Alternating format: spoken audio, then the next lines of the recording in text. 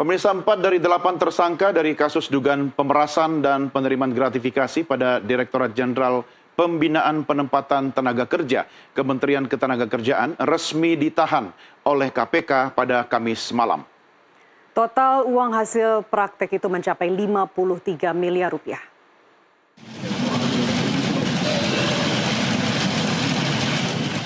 Komisi Pemberantasan Korupsi (KPK) akhirnya menahan 4 orang tersangka dalam kasus dugaan pemerasan dan penerimaan gratifikasi pada Ditjen Pembinaan Penempatan Tenaga Kerja atau BINAPENTA Kementerian Ketenagakerjaan Republik Indonesia. Penahanan tersebut dilakukan pasca penyidik merampungkan pemeriksaan terhadap para tersangka. Pemerasan ini terjadi sejak tahun 2019 dengan capaian uang yang terkumpul dari praktik itu senilai 53 miliar rupiah. Keempat orang tersangka dalam kasus ini diantaranya Dirjen BINAPENTA dan PKK Kemenaker tahun 2022 hingga 2023 Soehartono.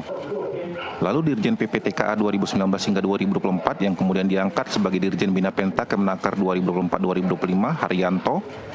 Selanjutnya Direktur PPTKA 2017-2019 Wisnu Pramono dan Koordinator Uji Kelayakan Pengesahan PPTKA tahun 2022-2024 yang diangkat menjadi Direktur PPTKA 2024-2025 Devi Anggreni.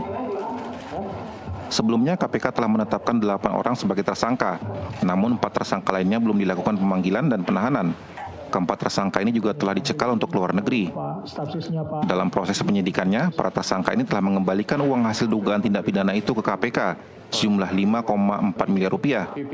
Selain itu, KPK juga telah menyita 11 mobil dan 2 motor dari tangan para tersangka. Dugaan tindak pidana korupsi, pemerasan, dan penerimaan gratifikasi terkait pengurusan rencana penggunaan tenaga kerja asing atau yang sering disebut atau disingkat dengan RPTKA di Kementerian Ketenagakerjaan. Jadi berdasarkan kecukupan bukti pada proses penyidikan yang sudah dilakukan oleh para penyidik, hari ini KPK melakukan penahanan terhadap 4 tersangka dari total 8 tersangka yang telah ditetapkan pada tanggal 5 Juni 2025 yang lalu.